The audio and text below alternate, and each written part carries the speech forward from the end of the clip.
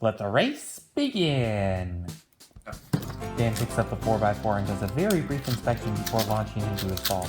The 4x4 is not his favorite Rubik's Cube to solve, but he really needed a challenge for this race. Steve, on the other hand, has a pile of 3x3 Rubik's Cubes in front of him, and he's going to be trying to solve as many of these as possible in the time it takes Dan to solve this one 4x4. Comment down below your guess as to how many Rubik's Cubes you think Steve will solve in the time it takes Dan to solve this one 4x4. We now have 30 seconds on the clock. Dan is now done pairing up centers and is working on edge pairing.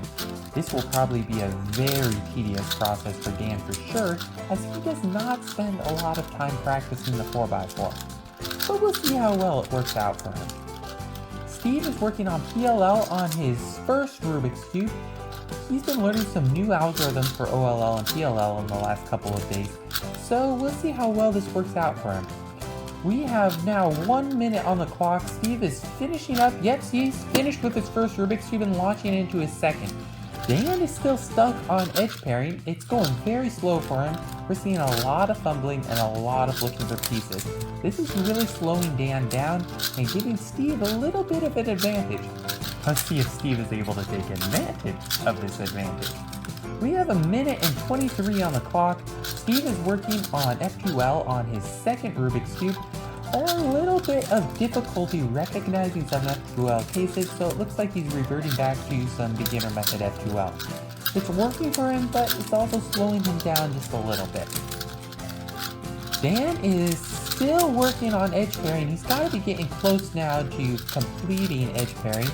Yes, that's it with edge pairing, and he's launching into 3x3 stage on the 4x4. We have 1 minute and 55 on the clock. Steve is working on F2L now. He's studying that cube, looking for his algorithm. It's a new algorithm for him, so he's slow on recognition and slow on execution. Dan is finishing up some F2L in 3x3 stage, and he's on to OLL now.